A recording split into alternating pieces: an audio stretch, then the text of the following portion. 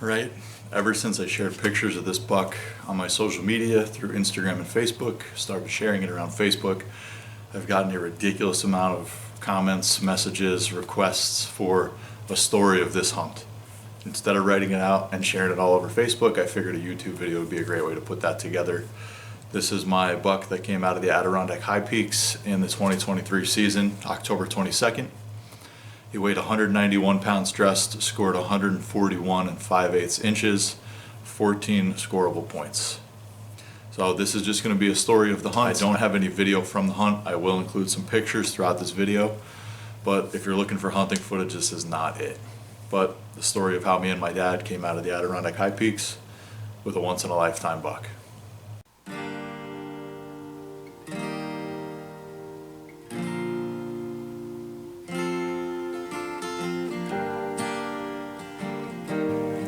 My first year hunting the High Peaks was 2022. I went up there by myself with my grandfather's Marlin 336. It's a lever action chambered in 35 rem. Spent 4 days up there, mostly just kind of getting a lay of the land. It was my first big woods experience, accessed by boat, and over that 4 days I did see 10 does. I found an uncountable number of scrapes and rubs, and one specific area on a big knob that I would consider a bedding knob. I found a couple gigantic beds, big scrapes, and fresh rubs. And one of the scrapes was so fresh, it was still soaking wet like it had just been made minutes before. So I take my phone out to take a picture of that, and as I do so, I hear something crashing through the woods taking off. Don't know what it was, but it wasn't the exact bedding knob that this guy came off of. So was it him a year prior? I don't know. We'll probably never know, but I think it might have been. So anyway, the 2023 season rolls around, and I convinced my dad to come up to the Adirondacks with me. He hunted it once back in the 90s with a bunch of his buddies and absolutely hated it. He said it was too thick. He didn't see any deer. It was just not his kind of hunting. But I convinced him to come along for a little bit of a once-in-a-lifetime experience and to get to experience the big woods together. And I'm so glad he did. First day, we hiked over a smaller peak, saw one doe at the top in a bedding area, flushed out a bunch of grouse. Day 2 comes around and my dad is like, I am not going into an area like we did yesterday. So I was like, don't worry, we're gonna work around the biggest mountain in the area and come down this bedding knob that I found last year that was loaded with sign. This is a lot easier of a hike than it was yesterday. So again, access by boat, 7 or 8 miles, beach the boat, work our way up the mountain, coming up this finger towards the peak. And as we're working our way up, climbing like ridiculous cliffs and stuff my dad was not happy about, we found a ton of rubs, scrapes, like a lot of good sign. It was awesome. So we're feeling really optimistic about the day. It is raining pretty hard and windy, like 20 to 25 mile an hour winds. So prime conditions for a bare ground still hunt like we were doing. So we get below the peak, stop and have lunch. After we eat, we continue on, and about 5 minutes later we come across a huge bear. One of the biggest bears I've ever seen in my life, probably 450 to 500 pounds. At 15 yards, he saw us, we saw him, and he turned around and took off running. And as he was running away, we could legitimately feel the ground shaking. It was super cool, unbelievable to see something that close. At that point, from the boat, we were about 5 miles in. From the closest road, we were about 8 miles. But we continued working down towards the bedding knob where we wanted to go. So once we get to the top of the ridge that leads us down to the knob, me and my dad split up about 20 to 25 yards apart, and we're just working our way down this finger so we could each see a different area, hopefully come across a buck. My goal for this trip was to shoot anything with antlers. If I saw a spike, if I saw a 4-pointer, if I saw a 6-pointer, I was shooting it. I was joking with my dad the whole day because he was like, if we shoot some back here, how are we getting it out? And I was like, well, I'm shooting a spike if we see it, so we'll figure that out when it comes. But so we're working down this finger, and my dad eventually gets to a little ledge where he starts to drop off the side. So we reconvened in the middle of the ridge under this huge pine tree, had a couple minutes of conversation, not loud, but we weren't like super quiet as if we were bow hunting. So then we were splitting up again to continue doing what we were doing. I was like, I'm just gonna go walk over here 20 yards, you stay here. Once we get spread out, we'll start pushing down the finger again, no problem. So as I get about 5 steps away from my dad, I see a body of a deer head down feeding just below us. So I'm like, I freeze, I'm like, holy crap, it's a deer. Shoulder my rifle, and I see antlers. And again, I was shooting a spike, so I'm like, it's got antlers, I'm shooting it, no questions. And it's facing dead at me. But feeding, doesn't have any clue I'm there because, again, pretty steady rain and the wind blowing 20 to 25 straight up the mountain. So textbook conditions, couldn't have been any better. He couldn't have been in a better spot. So he spins and gives me a good quartering to shot, put it on his shoulder and let the lever action rip.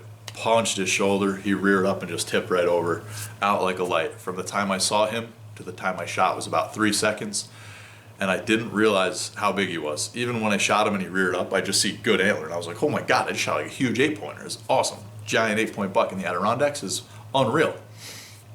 So my dad, who was less than 10 yards away from me, hears me shoot while he's looking the other direction after we just had a conversation, and it scares the hell out of him. So he almost jumps out of his shoes and starts, what the hell are you shooting at? What's going on? He thought I maybe fell and accidentally set off my gun or something. So he comes running over and I'm like, I just shot a big buck. It's a giant, jumping up and down, celebrating. And he drops to a knee. He's like, where is he? Where'd he go? Thinking that the deer just took off running after I shot. And I was like, he didn't go anywhere. He dropped right in his tracks. So we settled down for a minute, celebrating and everything. He finally gets eyes on him through the scope and he's like, holy crap, it's a big deer. This deer was like 25 yards away when I shot him. But I was still thinking, again, maybe like a nice 8-pointer or something.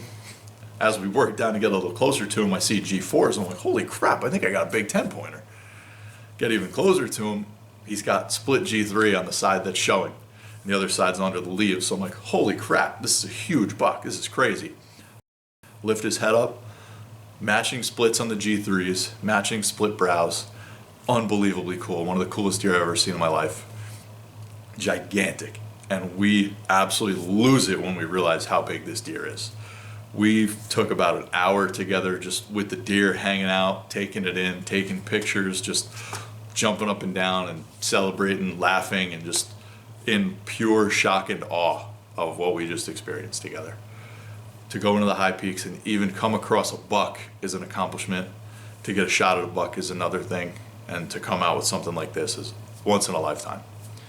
So after we finally settled down after about an hour and we got him gutted out, it's time to start the drag, drop a pin on the closest point on the lake. We got about 1.5 miles to go. So we just start dragging, and it was rough. It was mostly downhill, thank God, but it was a long drag. Took us about 2.5 hours, got him down to the shore of the lake.